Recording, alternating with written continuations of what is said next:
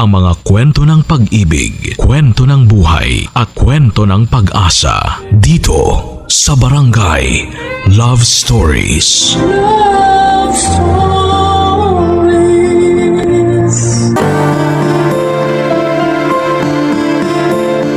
Sa ating paglalakbay sa buhay, kakibat na nito ang paggawa ng mga desisyon at sa mundong pinaiikot ng pagkakataon ay may oras na nagtatanong tayo kung ano ang posibleng mangyari kapag iba ang pinili nating direksyon. Ikaw kabarangay, may mga pagkakamali ka ba sa buhay na gusto mong balikan at palitan? Dear Papa Dudut, magandang araw po sa inyong lahat na nakikinig ng Barangay Love Stories. Tawagin niyo na lamang po ako sa pangalang Jomar, 30 years old.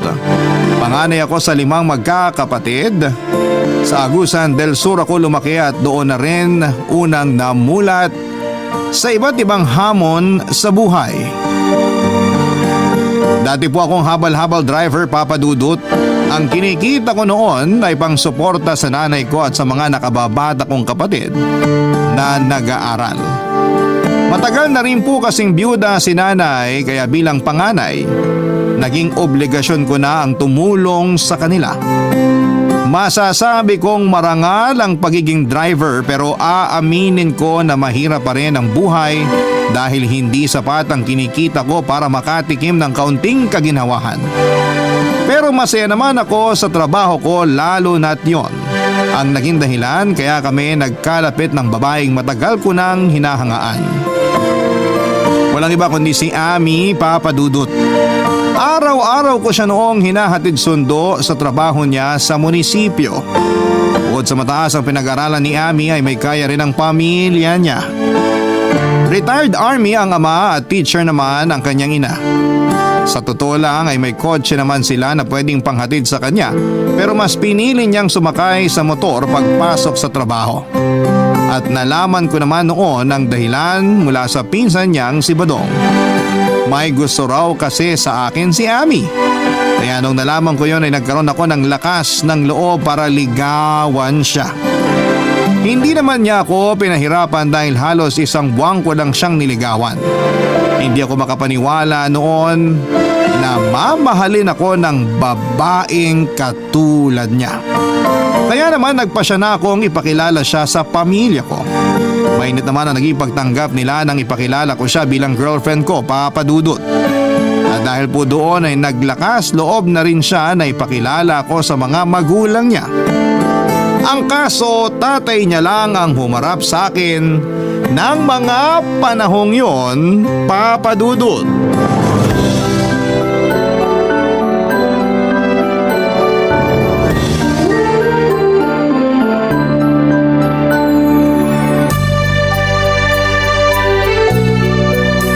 Ami, sa palagay mo ba, magugustuhan ako ng mga magulang mo? Ayang ka na naman. Napag-usapan na natin to, 'di ba? Wala kang dapat ipag-alala kasi mabait yung mga magulang ko. Relax ka lang diyan. Salamat, pero kinakabahan talaga ako. Halata nga, kasi kanina ka pa namumutla. Pati nga kamay mo nanlalamig oh. Pwede pa bang umatras? Sira, ngayon ka pa aatras nandito na tayo. Kaya natin to. Tiwala lang, mahal. Sana nga magustuhan ako ng mga magulang mo. Basta, maging totoo ka lang. Sigurado ako na wala tayong magiging problema sa... Nandito na pala yung bisita natin. Magandang gabi po, sir. Magandang gabi rin sa'yo. Ikaw ba yung boyfriend ng anak ko? Opo. Kamusta po? Ayos lang, iho. Maupo ka. May gusto ka bang inumin o kainin? Magpapahanda ako. Wag na po. Okay lang po ako. Salamat po. Siya nga pala. Kilala ka raw ng misis ko. Napagkwentuhan ka namin kanina. Naging estudyante ka raw niya nung elementary. Tama ba? Opo. Naging teacher ko po si ma'am. Anong tinapos mo, iho? Pa! Bakit, Ami?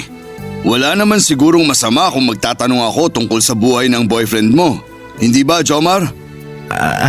Ayos lang po. Oh, ano ngang natapos mo? Hindi po kasi ako nakapagtapos ng pag-aaral. Nung namatay po yung tatay ko, hindi na po ako kayang pag-aralin ni nanay. Kaya napilitan na po ako magtrabaho para makatulong sa mga gastusin at pangangailangan ng pamilya namin. Sayang naman, hindi ka nakatapos. Naikwento pa naman sa akin ni Mrs. na matalino ka raw at valedictorian pa nung graduate. Ano bang trabaho mo ngayon? Driver po ng habal-habal. Yan nga yung impormasyong nakarating sa akin na naghahabal-habal ka raw. Tatapatin na kita, iho.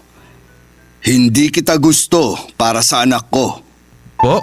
Nag-iisang anak lang namin si Ami at iba yung pinapangarap naming buhay para sa kanya.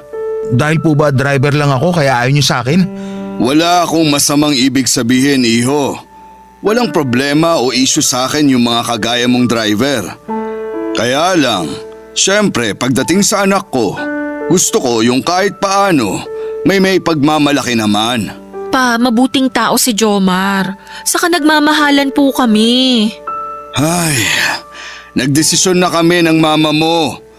Hindi namin susuportahan yung relasyon nyo. Anong mapapala mo sa kanya? Pa, wag niyo namang husgahan agad si Jomar. Masipag po siya at responsable. Mapagmahal din siya sa pamilya. Ayaw naming mapunta ka sa maling tao. Kaya sana, maintindihan mo kami ng mama mo. Hindi kayo bagay. Nakagraduate ka. May maayos na trabaho. Ano na lang sasabihin ng mga kakilala natin? Mas importante pa ba yung sasabihin ng ibang tao kaysa sa kaligayahan ko? Ano bang kaligayahan niyang pinagsasasabi mo? Masaya po ako sa relasyon namin. Huwag nang matigas yung ulo mo. Sundin mo na lang kung ano yung gusto namin ng mama mo. Para sa'yo rin yon. Mahal ko po si Ami.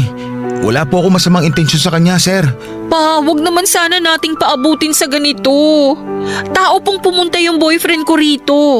Nagpakilala siya sa inyo ng maayos. Kung totoong tao siya tulad ng sinasabi mo, edi sana hindi kanya niligawan sa kalsada. Kabastusan yon. Pasensya na po, sir, kung ganun yung nangyari. Kaya nga po ako nandito ngayon para bumawi. Bigyan niyo lang po ako ng pagkakataon para patunayan kung gaano ko kamahal si Ami. Hindi sapat yung pagmamahal para buhayin mo ng maayos ang anak ko. Kaya mo bang ibigay lahat ng pangangailangan niya? Magsisika po ako. Pagbubutihan ko po yung pagtatrabaho ko. Ha! Sa paghahabal-habal? Nagpapatawa ka ba? Pa, sobra na ho yan. Hindi ko naman kailangan na sobra-sobra sa buhay ko. Ano ka ba naman, anak? Para sa'yo rin naman tong ginagawa ko. Kasi ayoko mapariwara ka. Nasa hustong gulang na po ako. Kaya ako nang magdedesisyon para sa sarili ko. Kita mo na? Natuto ka nang sumagot ng ganyan sa akin dahil sa lalaking yan. Pa naman! Mabait si Jomar. Responsable. At ganun din yung pamilya niya. Tao po nila akong tinanggap nung ako yung nandun sa kanila. Tapos ganito kayo sa kanya? Nakakahiya naman po. Sir, totoo pong mahal ko si Ami. Wala po kayong dapat ipag-alala. Sisikapin ko pong maibigay yung buhay na pinapangarap niyo para sa kanya. Hindi mo ako mauuto, bata. Matanda na ako para dyan. Kaya wag mo ako niloloko. Umalis ka na. Wag ka na magpapakita rito. Pa, please naman. Pumasok ka sa kwarto mo, Ami. Mag-isip-isip ka ron. Pag-isipan mong mabuti ang desisyon mo. Wala ka na sa tamang pag-iisip. Wala na po talaga kayo sa katwiran. Hindi tama itong ginagawa niyo. Umuwi ka na, Jomar. Mahal, pasensya ka na. Wala kang dapat ihingi ng pasensya. Naiintindihan ko. Aalis na lang ako para hindi na kayo magkasagutan ng papa mo. Mabuti at madali ka naman palang kausap. Sige na, umalis ka na. Gusto na namin magpahinga. Sige po, sir. Ami, alis na ako. Huwag ka nang magpaalam. Bilis, alis na!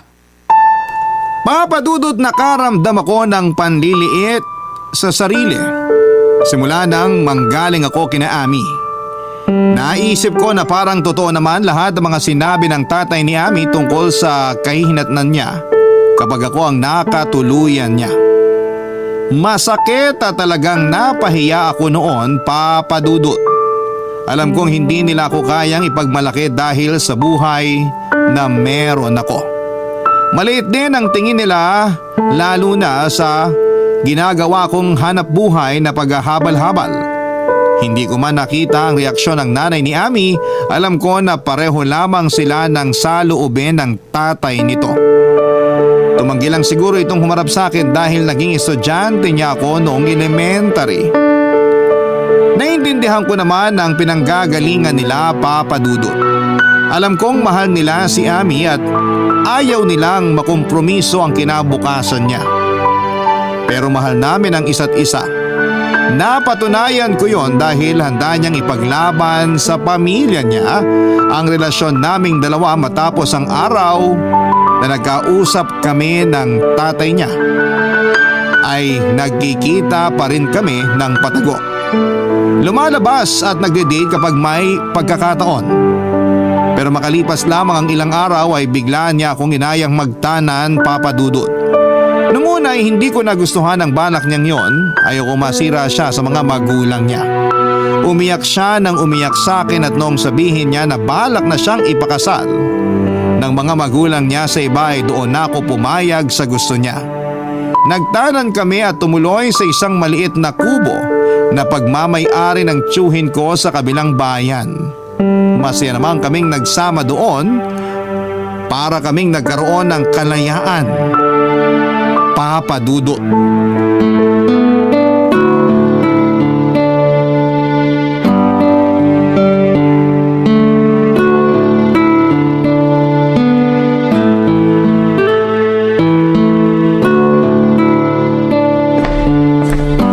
Mahal, ito na yung kape mo. Salamat. Sobrang saya ko talaga na magkasama tayong dalawa sa isang bubong ngayon. Buti na lang naisipan mo magtanan tayo. Sana nga palagi tayong ganito, no? Yung ang kalmado lang, pakape-kape lang. Ang sarap ng bawat araw na kasama ka. Tama ka. Sana nga ganito lang palagi. Pero di ka ba talaga nagsisisi na sumama ka sa akin? Mukha ba akong nagsisisi? Malaki kasi yung sinakripisyo mo para sa akin. Iniwan mo pamilya mo pati trabaho mo. Hindi ka ba nangihinayang sa mga bagay na nawala sa'yo?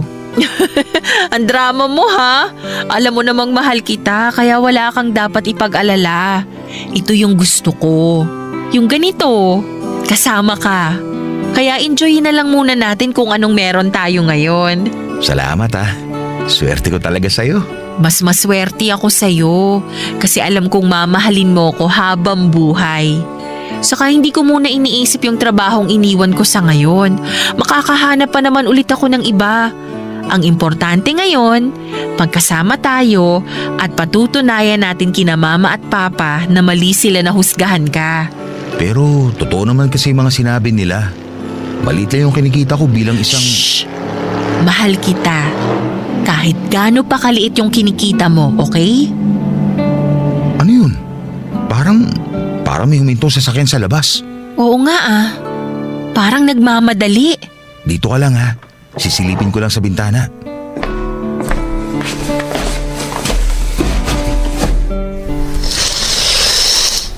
Sino yung dumating, mahal? Naku, nalinti ka na. Buksan Mahal, niyo to! yung tatay mo nasa labas. Lumabas kayo dyan! Ilabas mo yung lalaki Ano mo! gagawin natin? Ano ba, Ami? Dito ka lang, Alam mahal. ko nandyan Ako kayo. haharap kay Buksan Papa. niyo to. Mukhang galit na galit eh. Huwag ka na munang lalabas. Oo, sige. Pa! Ano pong ginagawa niyo rito? Nasisiraan ka na ba? Ako pa tatanungin mo kung anong ginagawa ko rito? Nasaan yung magaling mong lalaki? Ilabas mo siya ngayon din! Pa! Tayo na lang pong mag-usap. Huwag na po natin idamay si Jomar. Huwag niyo po siyang sasaktan. Anong huwag sasaktan? Lumabas ka rito, hayop na lalaki ka! Pagbabayaran mo yung ginawa mong pagdukot sa anak ko! Nagkamali ka ng kinalaban! Pa! Kusa po akong sumama sa kanya. Buwisit kang babae ka? Ang tigas ng ulo mo! Sir, huwag niyo saktan si Ami. Jomar, sabi ko di ba huwag kang lumabas? Sa wakas, lumabas ka ring hayop ka! Handa naman po akong humarap at makipag-usap ng maayos sa inyo. Ang lakas ng loob mong isama yung anak ko! Bastos ka! Ano, nagmamalaki ka na? Mahal na mahal ko po si Ami. Hayaan niyo na po kami. Sige na naman ho. Hindi ko naman siya pababayaan. Pagmamahal ba yung tawag sa ginawa nyo? Mga wala kayong respeto! Sir, alam kong mali po yung ginawa namin. Pero responsibilidad ko na po si Ami ngayon. Nasa hustong gulang na po kami at hindi nyo na po kami pwedeng diktahan. Tigas din naman talaga ng mukha mo no? Sige, tingnan ko lang kung kaya mo pa rin akong yabangan pag kinasuhan na kita. Wag Sir! po! Nakikiusap ako sa inyo! Kung ayaw mong makulong yung lalaking yan, umuwi ka sa bahay. Huwag matigas yung ulo mo. Huwag niyo po gawin sa akin to! Nakikiusap po ako! Tumigil ka na! Sumakay ka na sa kotse! Papa Dudut, masyado kong dinamdam ang pangyayaring yon. Kinain ako ng matinding lungkot nang mawala si Ami. Walang araw na hindi ko siya naiisip noon. Napakalungkot isipin na tapos na nga talaga ang lahat sa amin. Kaya wala na ako nagawa kundi ang unti-unting tanggapin na hanggang doon na lamang talaga ang relasyon naming dalawa. At sa tuwing pinapaandar ko ang motor ko ay parang lalo kong nararamdaman na palayo kami ng palayo sa isa't isa. Papa Dudut, nagsimula akong malulong sa alak. Naging takaw gulo ako sa barangay namin kapag nakakainom ako. Madalas ako nag-aamok ng away sa sinumang makakasalubong ko sa kalye. Sa isang iglap ay nagbago ang pananaw ko at nawala na ng direksyon ang buhay ko. Naglalasing ako para makalimot sa sakit ng pagkabigo. Mas gusto ko pa nga noon na makipagbugbugan sa kalye kaysa isipin pa si Ami. Pag wala nang epekto yung alak ay bumabalik pa rin sa akin yung sakit na nararamdaman ko noong magkahiwalay kami. Wala man lang akong kalaban-laban noon, Papa Dudut, sa tatay niya. Mga salita pa lang yung mga binabato niya sa akin pero talo na ako kaagad. Paano pa kaya kung may ginawa ang tatay niya na bayolente sa akin, baka kung saan na lamang ako pulutin. Kaya naman para makausad na rin ako sa nangyari ay sinubukan kong mag-isip ng mga negatibong bagay tungkol sa babaeng minahal ko, Papa Dudut. Idinaan ko na lamang sa tawa tuwing naiisip ko yung matapobre niyang pamilya. Iniisip ko na lamang na hindi na rin naman ako talo. Mas kawawa ko kung sila yung pakikisamahan ko. Lalaki naman ako at walang nawala sa akin. Ako rin ang unang nakakuha ng puri ng pinakaiingatan nilang anak. Alam kong maling isipin ang mga bagay na yon pero sa ganun parang ko na lamang ginagawa ang mga bagay-bagay para madaling matanggap ang pangyayari. Nakatulong yon para mabawasan ang sakit at insultong natanggap ko mula sa pamilya ni Ami. Barangay Love Stories. Barangay Love Stories. Sa kabila ng mga nangyari sa akin, Papa Dudut, ay hindi ako binitawan ng pamilya ko. Lalo na si nanay na laging nandun para sumuporta sa pinagdadaanan ko. Isa siya sa mga nagpapalakas sa akin noon sa bawat umaga na pinipilit ko nang kalimutan si Ami. Sa pamamagitan ng pagmamahal ng isang ina kahit papaano'y nabawasan ang bigat na nararamdaman ko. Ipinaramdam sa akin ng pamilya ko na hindi ako nag-iisa. Pero sa katagalan, napagtanto ko rin na paulit-ulit lamang ang naging takbo ng buhay ko sa loob ng ilang buwan. Hindi pa rin ako nakaka-move on. Paminsan-minsan ay dumadaan ako sa tapat ng bahay ni Naami pagkatapos kong maghatid ng mga pasahero. Kahit na alam kong hindi yon makakatulong sa akin. Umaasa kasi ako na makikita ko ulit ang maganda niyang mukha at kahit papaano ay mararamdaman ang presensya ng babaeng minahal ko ng sobra at pinangarap na makasama sa panghabang buhay. Hanggang sa magkita kami ng matalik kong kaibigan na si Badong. Pinsang buo siya ni Ami at nagtatrabaho siya sa Maynila. Dumating siya sa probinsya namin noon para pansamantalang magbakasyon. Agad niya akong inayang uminom sa bahay nila, Papa Dudut.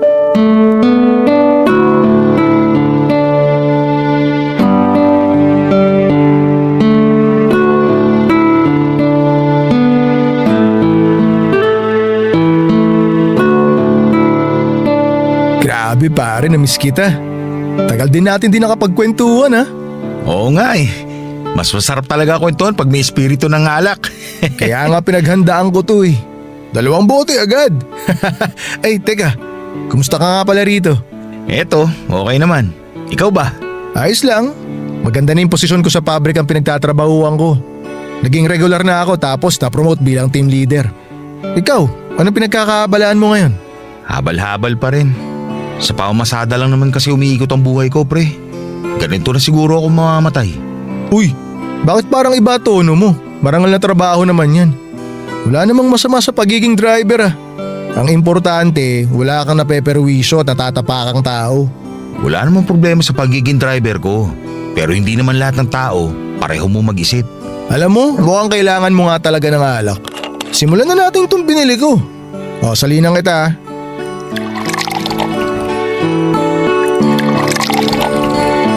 O, tikman mo yan pare. Salamat. O, cheers!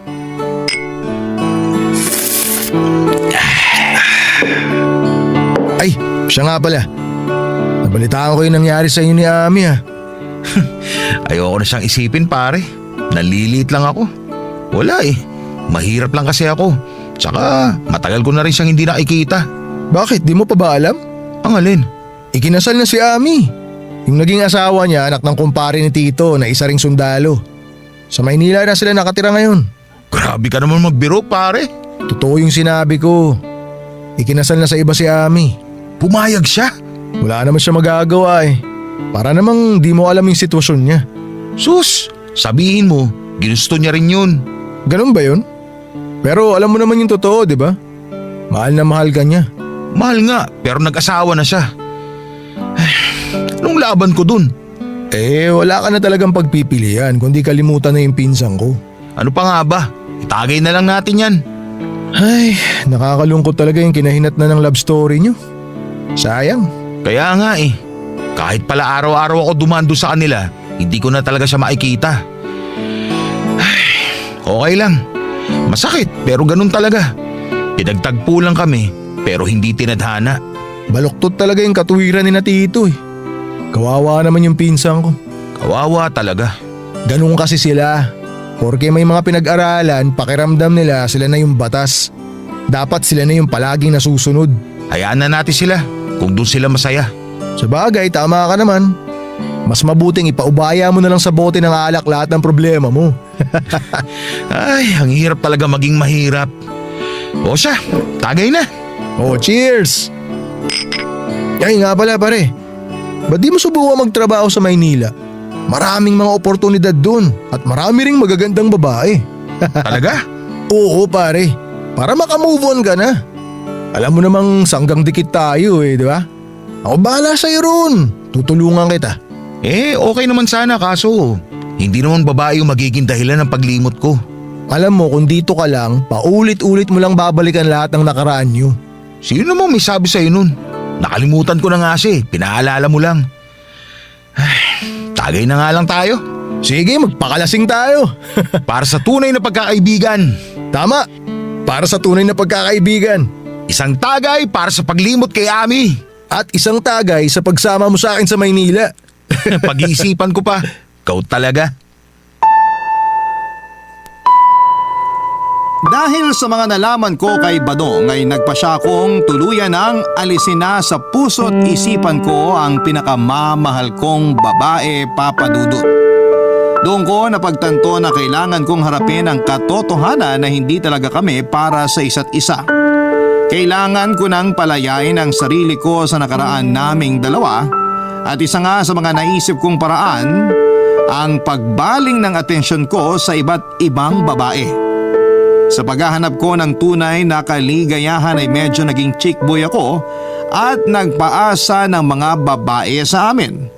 Isa na doon si Daisy. Byuda siya at medyo may edad na rin.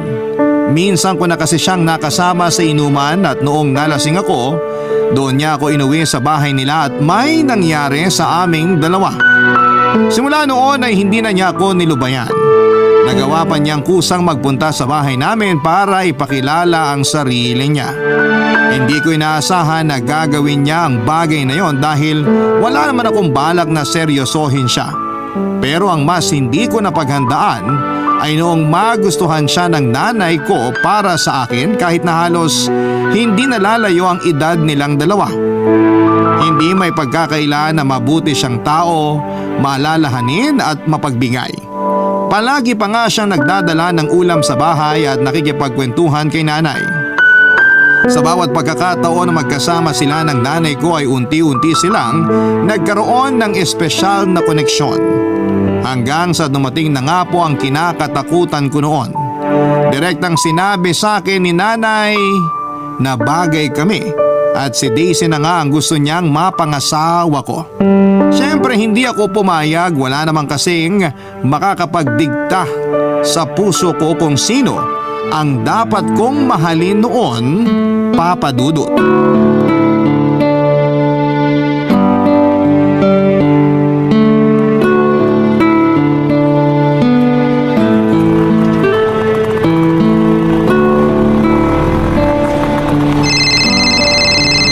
Aba, tumatawag si Badong. Bakit kaya? Uy pre, kamusta na? Tagal na nating di nag-uusap ah. Ayos lang. Pasensya na kung ngayon lang ulit ako nagparamdam ha. Kumusta ka na ba? Okay lang ako. Mabuti tumawag ka. Bakit? Miss mo na ako?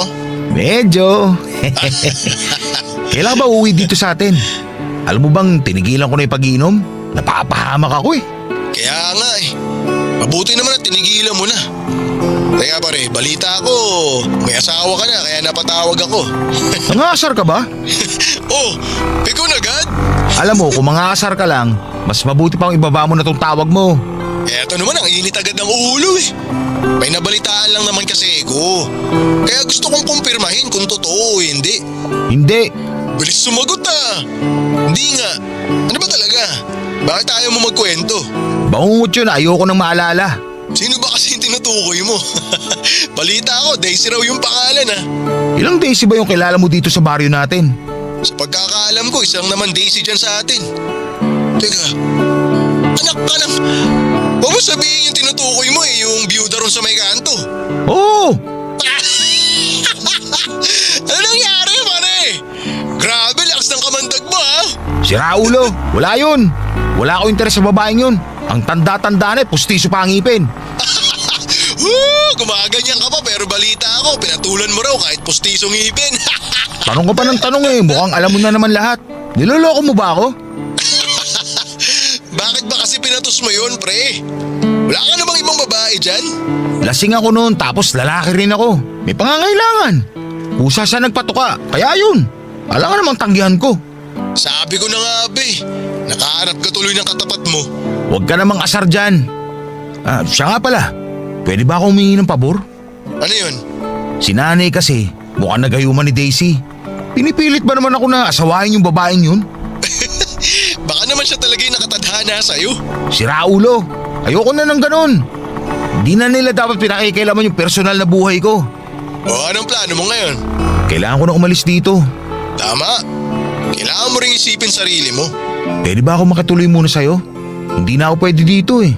Tsaka sigurado ko na hindi ako titingilan ni Daisy. Pwede ka makituloy sa akin, pare. Walang problema. Dito ka muna sa akin. Matagal na kaya kitang inaaya rito sa Maynila. Ikaw lang tumayayaw eh. Alam mo bang hinabol pa ako ni nanay ng taga para lang makisama doon kay Daisy? Ay, ibang klase rin nanay ko eh, no? Mahirap nga yan, pre. No, sige. Tutulungan kita. Salamat talaga pare ha. Wala yun. Huwag ka na mag-alala. Akong bahala sa'yo rito. Aalalayan kita, tutulungan na makahanap ng trabaho. Kinikilig ako pre. Sweet mo talaga. I love you. Si Raulo. Salamat ulit ha. Hindi ko tuloy alam kung saan ako pupulutin kung wala ka. Ano ka ba? Maliit na bagay lang yun. Kailan mo nga pala balak lumawas? Sa lalong madaling panahon. Baka pag nagtagal pa ako dito eh, tuluyan na ako mataga ng nanay ko. Papa Dudut, sa takot ko na mapikot ni Daisy ay lumayas ako at nagpunta kaagad sa Maynila. Akala ko naman noong una ay magiging madali lang ang buhay doon. Pero hindi ko akalain na mas mahirap pa pala ang magiging buhay ko kesa noong nasa probinsya pa ako. Dahil bagong salta lamang ako ay nagsimula ako sa mga pinakamahirap na trabaho. Nagkataon kasi na wala ng bakante sa pabrikang pinagtatrabahuhan ni Badong nang dumating ako doon. Nakapasok ako noon sa isang warehouse ng harina bilang isang kargador. Mabigat ang naging trabaho ko. Madalian ang kilos at hindi pwede ang lalamya-lamya. Hindi ako itinuring na baguhan at kailangan kong makipagsabayan sa mga dati ng kargador doon para kumita. 2 o 3 sako ng harina ang kailangang buhatin sa isang karga. Hindi kasi pwedeng isa lamang dahil masyado raw mabagal kapag ganon. Mahirap at sobrang nakakapagod pero kailangan kong tapatan yon ng sipag at tiyaga. Pero sa katagalan ay nagkasakit ako sa baga. 6 na buwan akong naggagamot noon. Mabuti na lamang dahil hindi ako pinabayaan ng kaibigan kong si Badong, lalo na noong wala na ako, Papa Dudut.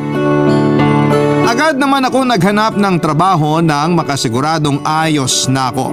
At sa kagustuhan kong makahanap ng mas magandang oportunidad, ay nag-apply ako sa isang grocery store na foreigner ang may-ari.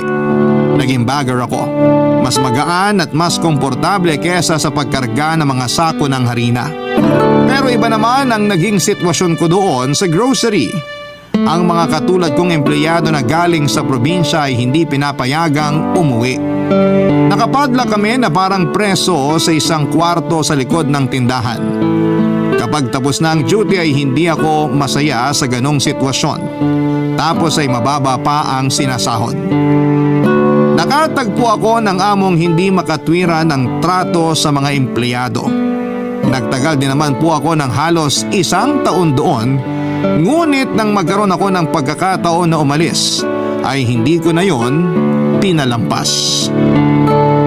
Lumayas ako at hindi na bumalik pa sa trabaho kong yon, Papa Dudut. Hindi naman nagtagal ay natagpuan ko ang sarili ko bilang security guard sa isang maayos na agency. At sa pagtanggap sa trabahong yon ay doon nagsimulang magbago ang takbo ng buhay ko. Sa bago kong trabaho ay regular na akong nakapagpapadala ng pera sa probinsya. Nakaipon na rin ako kahit papaano, Papa Dudut. Mga bagay na hindi ko nagagawa noon. Barangay Love Stories. Barangay Love Stories. Papa Dudut, pagkalipas po ng halos 3 taon ay nagsilbing bagong yugto ang pagkakaroon ko ng maayos na hanap buhay. At sa mga taon na lumipas ay natutunan kong mas maging matatag at maging palaban sa mga pagsubok ng may tapang at determinasyon. Nagsumikap ako para mas lalo pang gumanda ang buhay ko. Tuluyan ko na rin pong ibinaon sa limot ang nakaraan ko at yung panghuhusga ng pamilya ni Amy. Unti-unti na rin akong nakaluwag at naging kampante nang hindi na ako mapapahiya sa susunod na sumubok akong magmahal muli. At sa 3 taon nga na lumipas ay nadestino ako sa Laguna sa isang pabrika ng gatas. Medyo mas malaki ang responsibilidad na nakaatang sa akin doon dahil na-promote ako bilang OIC at hawak ko ang 30 gwardya. Sa bago kong tungkulin ay kailangan akong may matatag na liderato at integridad dahil sa amin nakasalalay ang security. Hindi lamang ng pabrika kundi lahat ng mga taong nagtatrabaho doon.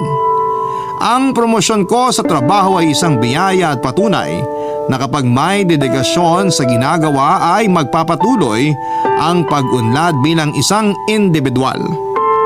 Sa kabila ng magagandang nangyari sa akin, yung inaakala ko na nakalimutan ko na si Amy ay hindi pa pala. Dumating ang isang araw na tumawag si Badong at sinabing bibisitahin niya ako sa Laguna. May mahalaga daw siyang sasabihin tungkol sa pinsan niya. Pinilit ko siyang sabihin yon noong tumawag siya pero saka na lang daw kapag nagkita na kami ng personal, Papa Dudut.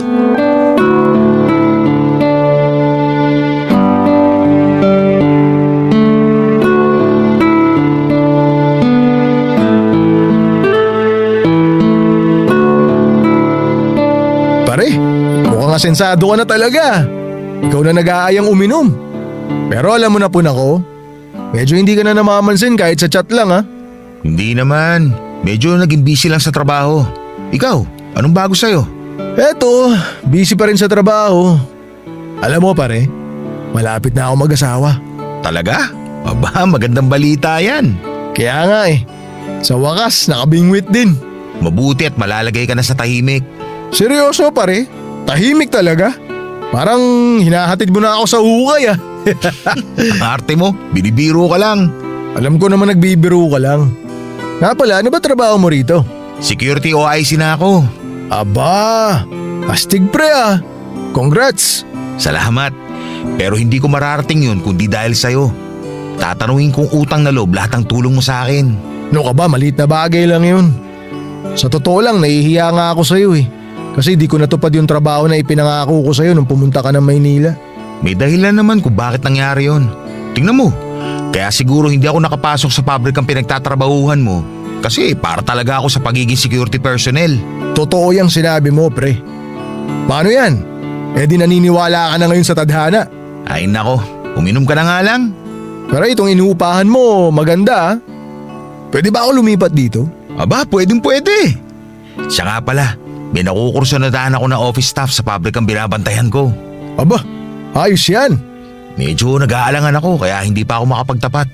Para bang natroma na ako. Yung pinsan mo nga pala, kamusta? Marami na siguro anak no?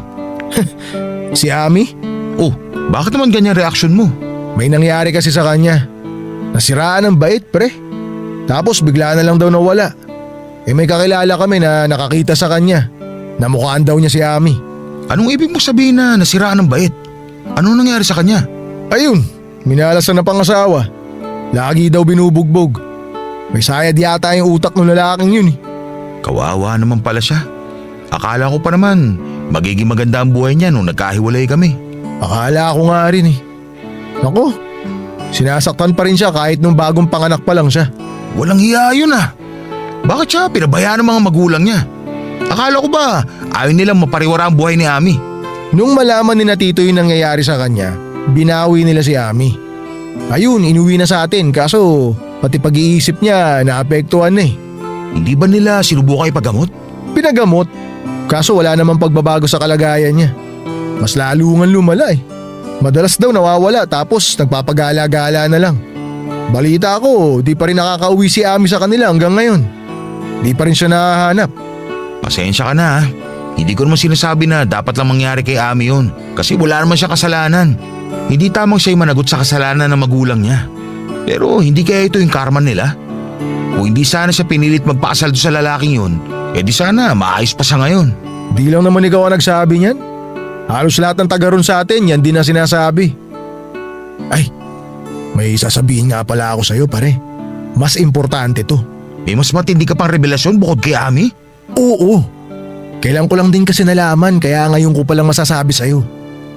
O pare, makinig ka mabuti ha. Kayong dalawa ni Ami, may anak pala kayo. Ha? Nagbibiro ka ba? Di ako nagbibiro. Buntis si Ami nung maghiwalay kayo. Nalaman ko to sa mga kamag-anak namin. Totoong may anak ka na pare.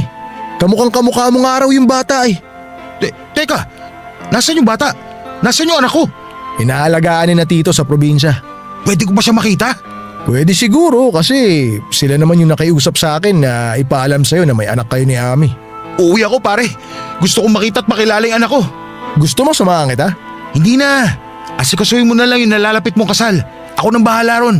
Salamat sa mga binalita mo pare.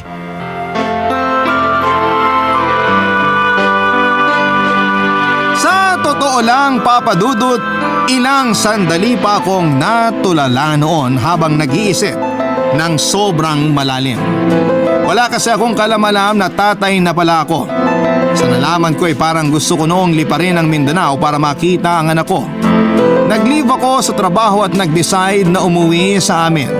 Sa eroplano pa lamang ay naramdaman ko na ang matinding pananabik na makita ang anak ko at pagdating ko nga sa Agusan del Sur ay agad kong pinuntahan ang bahay ni na Ami. Nadatnang kong nakaupo sa isang tumba-tumba ang taong sumira sa relasyon namin ni Ami noon. Walang iba kundi ang tatay niya.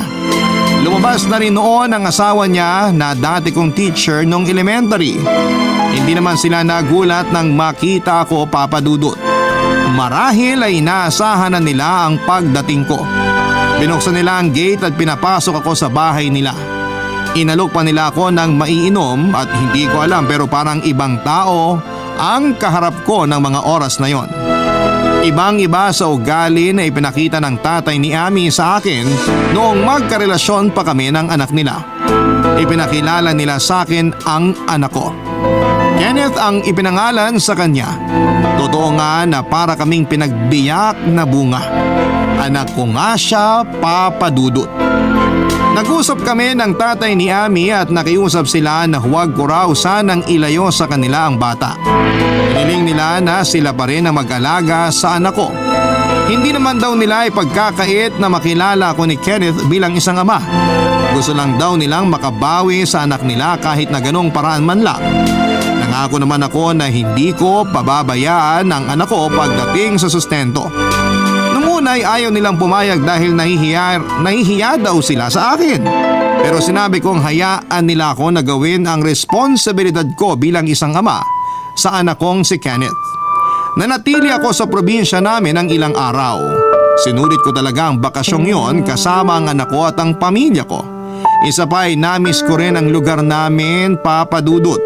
Hanggang sa naisipan ko ngang tumambay sa ilog, kung saan kami unang laging namamasyal ni Ami.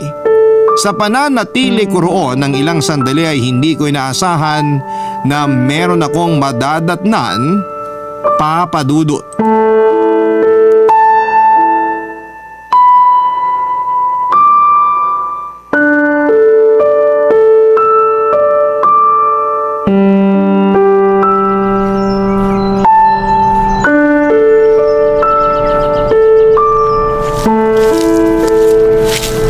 Ami?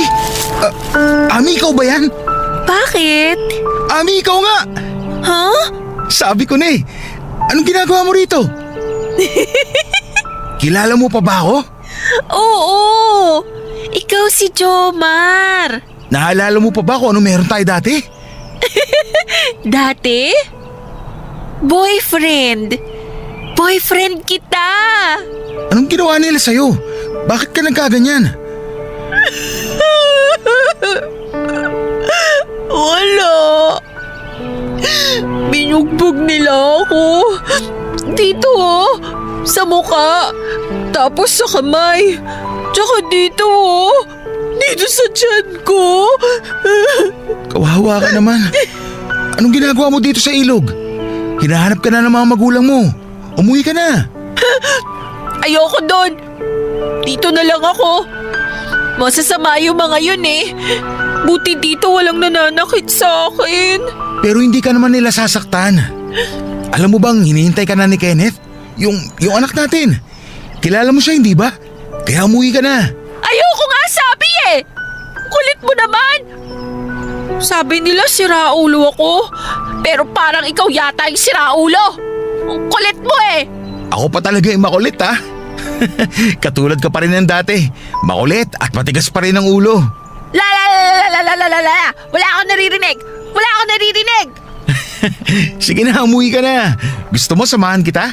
Talaga? Sasamahan mo ko? Sige. Pero mag-promise ka muna. Sabihin mo sa kanila na wag na ako ibalik dun sa salbahing mama. Ayoko na dun. Lagi niya akong sinasaktan kasi marumi daw ako. Ami, sorry ha. Sorry talaga. Kung alam ko lang na magiging ganyan ka, sana mas naging matapang ako nun. Sana hindi ako pumayag na maghiwalay tayo. Bakit ka umiiyak? Wala. Naalala ko lang kasi nung tayo pa. Saka naawa ako sa'yo eh. Pakiramdam ko kasi kasalanan ko kung bakit ka nagkaganyan. Masaya naman ako. Lalo na, nandito ka na. Tagal ko nang bumabalik-balik dito, pero ngayon lang ulit kita nakita. Saan ka ba nagpunta? Nagpunta ako sa malayo. Matagal ako dun kaya hindi mo talaga ako makikita rito. Kaya nga sabi ko, dapat umuwi ka na sa inyo at dun mo na ako hintayin. Ayoko nga! Ang kulit mo naman! Alis na lang kaya ako! Ano bang gagawin ko para makumbinsi kita? Wala! Gusto ko lang maging malaya! Hayaan niyo na ako! Teka, mukhang nandyan ang mga magulang mo. May nakapagsabi sigurong nandito ka. Ami, anak!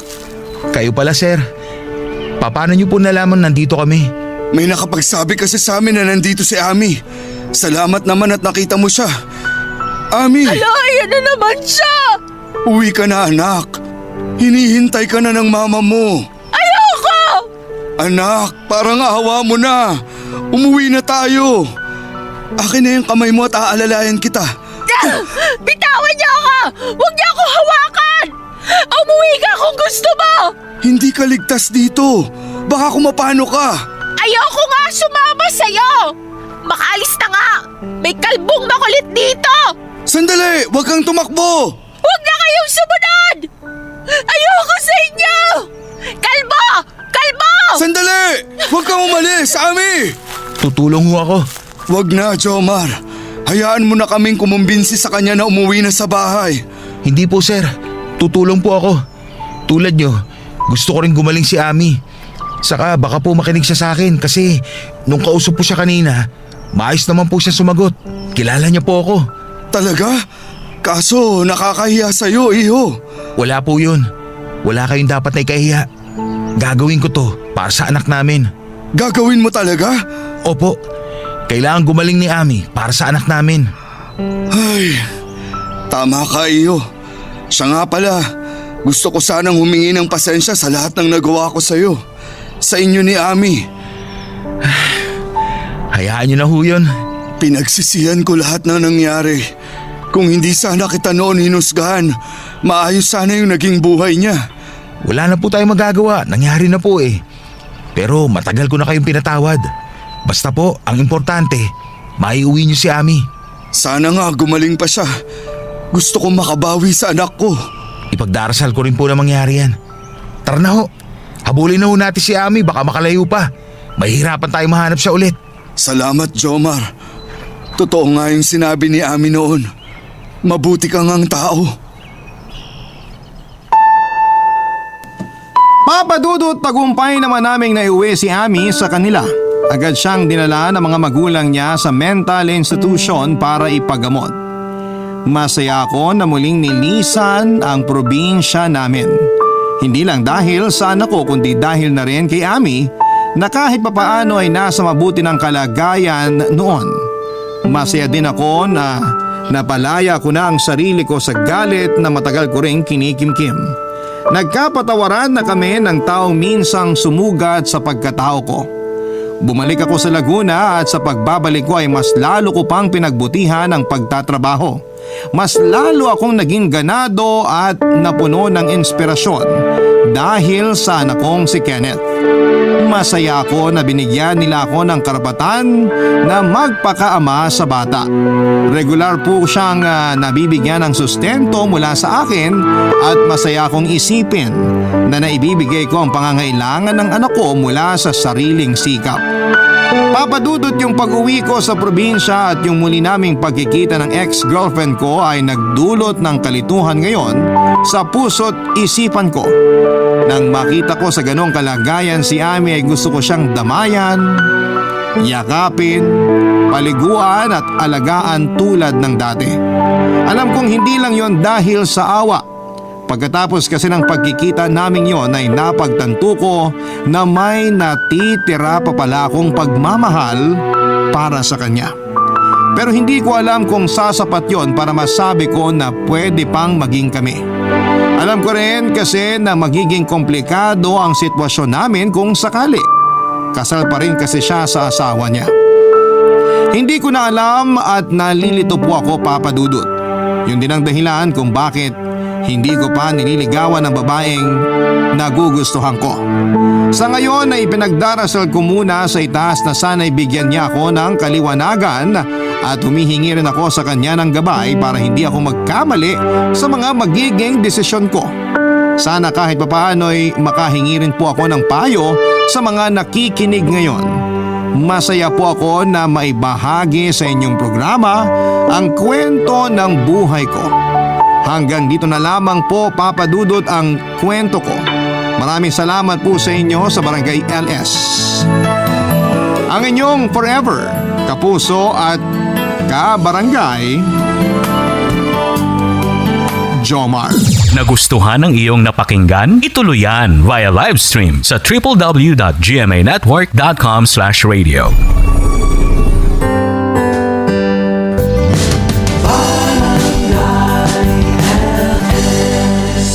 Forever.